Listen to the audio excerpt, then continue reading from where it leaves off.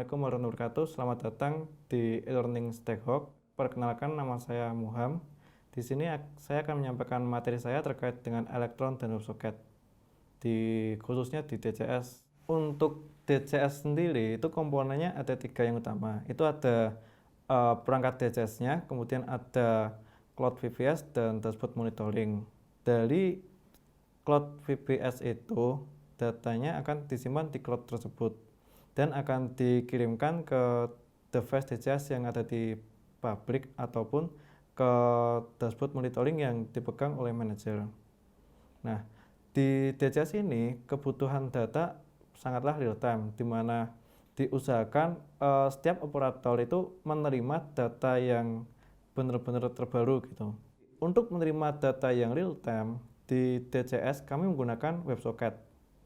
Di WebSocket ini fitur yang kami perlukan adalah gimana caranya data dari satu tempat ke tempat lain tuh dipastikan benar-benar sinkron gitu antara perangkat DCS dan mungkin dengan dashboard adminnya itu. Di DCS sendiri itu kita kan menggunakan elektron. Nah, untuk penerapan WebSocket di elektron sendiri, kami menaruh WebSocketnya itu ada di renderer. Nah, sebelumnya mungkin sedikit info untuk di elektron sendiri itu ada dua komponen utama, yang mana itu bagian berjalan di background dan bagian yang berjalan di renderernya yang tertampil di layar. Nah, untuk yang WebSocket ini ditaruh di yang tertampil di layar atau renderernya itu. Nah, ini ada contoh source code dari sisi kita dan strukturnya kurang lebih seperti ini, di mana kita membuat satu pintu yang mana itu akan dilalui oleh data-data dari server atau mungkin dari operator lain gitu, dan dari satu pintu itu diharapkan untuk dapat dikirimkan ke bagian-bagian lain. Pertanyaannya, kalau misal kita menggunakan satu pintu itu, kira-kira bagaimana cara kita mengirim atau menerima berbagai kategori data, berbagai tipe data seperti itu. Seperti katakanlah kalau di DCS itu mungkin data stok atau mungkin data user baru gitu. Yang mana itu memang perlu untuk real time. Nah, terus pertanyaan kedua, bagaimana kita menyebarkan data dari satu pintu itu ke function-functionnya lain. Katakanlah ada function untuk menampilkan, ada function untuk yang mengkalkulasikan terlebih dahulu seperti itu. Untuk menjawab pertanyaan itu, kita membuat skema seperti ini. Di skema ini, apabila kita lihat di bagian kiri itu ada WebSocket, di mana WebSocket itu mengkomunikasikan antara server dengan klien menggunakan topik stok atau kategori stok. Dan stok ini itu harus ada pengirim dan penerimanya. Terus kemudian dari server ini itu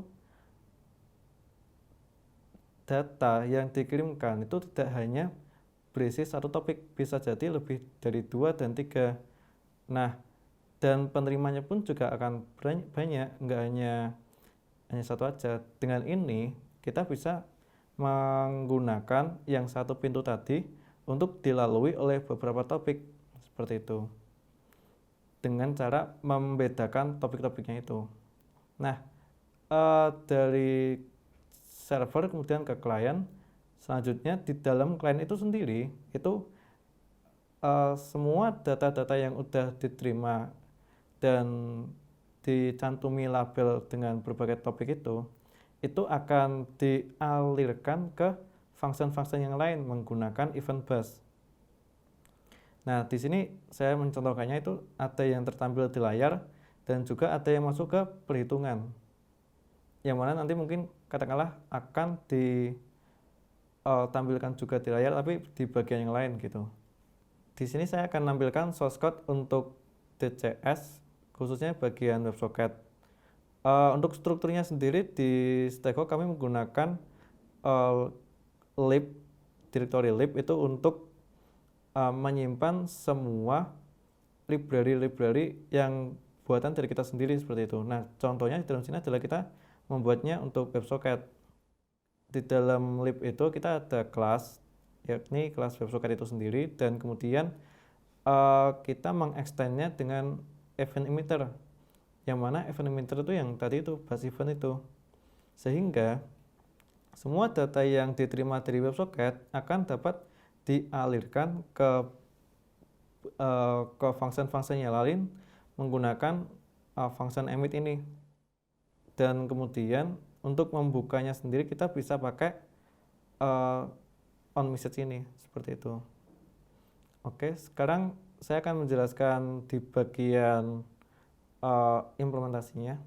Nah, ini ada contoh program DCS yang udah jadi, yang mana sudah dipakai juga di suatu perusahaan. Ini versi developmentnya. Ini adalah contoh dari Electron yang sudah terpasang di DCS. Saya sudah membuka juga developer tools, karena di Electron sendiri kita bisa membuka developer tools layaknya di browser seperti umumnya. Nah, untuk data yang dikirimkan itu seperti ini kurang lebih.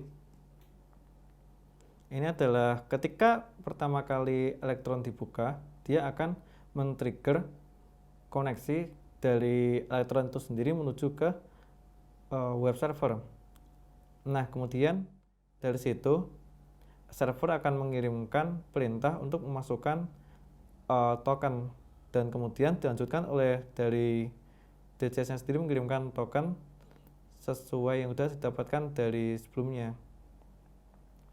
Setelah itu dari sini server akan mengirimkan kalau data itu valid dan siap untuk dikirimkan.